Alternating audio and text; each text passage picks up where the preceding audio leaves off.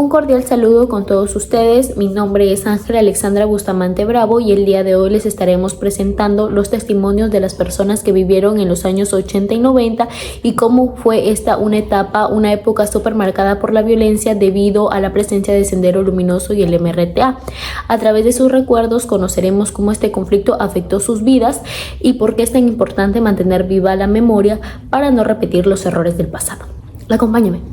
¿Qué recuerdas personalmente sobre el Sendero Luminoso y el MRTA en la época de los 80 y 90?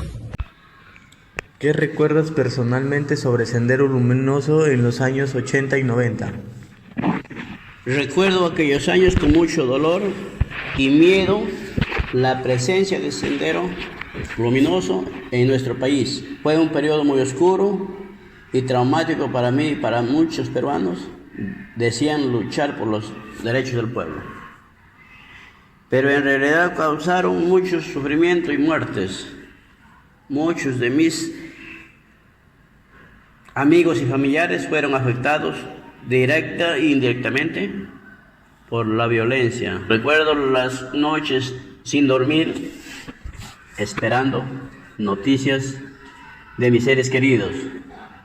El medio constante es salir a las calles. Es importante que no olvidemos lo que pasó y lo que sigamos trabajando por la paz y la democracia. Asegurarnos de las que las futuras generaciones conozcan la historia y no repitan los errores del pasado. La memoria histórica es fundamental para construir un futuro mejor. Como peruano me duele recordar lo que vivimos, pero también motiva a seguir adelante y luchar por un país más justo, pacífico y sin corrupción.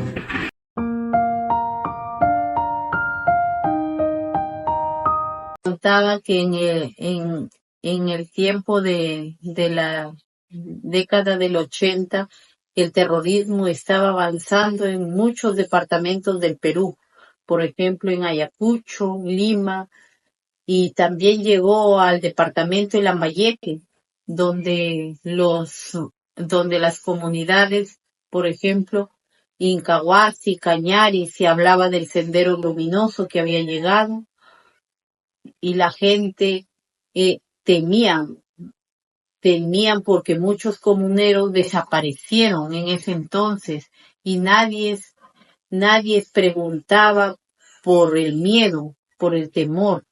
También hasta los profesores estaban amenazados por el terrorismo, que tenían miedo involucrar hasta su familia, perder a su familia. Gracias al presidente Alberto Fujimori cambió en ese entonces, fue diferente.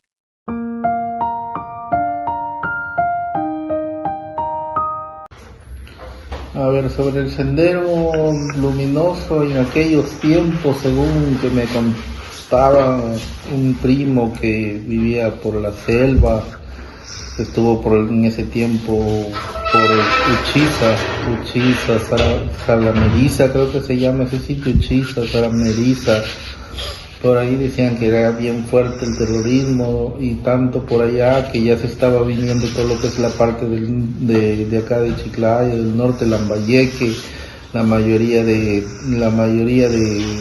gente ya estaba teniendo miedo, exclusivamente hasta las comisarías habían puesto hasta barricadas, contraataques, porque por ejemplo a varias comisarías ya lo habían atacado en ese tiempo con el famoso coche bomba.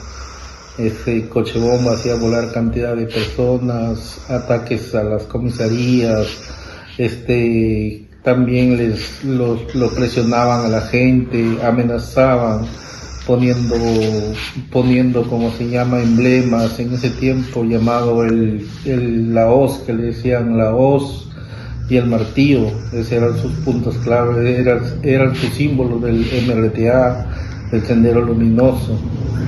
Habían bastantes ataques, gente inocente que mataban, y a todo eso al margen la gente vivía atemorizada, vivía, como se llama, traumada, porque cada día el sendero poco a poco iba creciendo más y más, pero de aquel entonces hubo en ese tiempo entró el presidente Fujimori. Ahí en ese tiempo entró Fujimori y gracias a él, a las fuerzas especiales del ejército, a los comandos, entraron a las zonas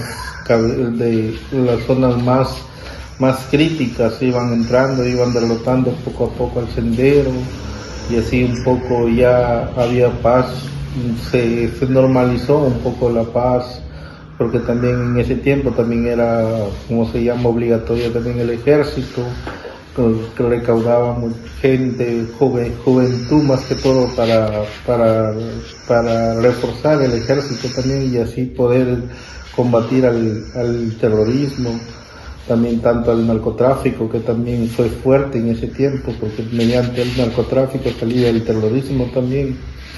Según ellos tenían sus metas, sus bases, sus ideologías más que todo. Según ellos que tú tenías que respetar, y si no respetabas a ellos, no respetabas sus ideales, pues te daban, ¿cómo decirte? Te daban la muerte.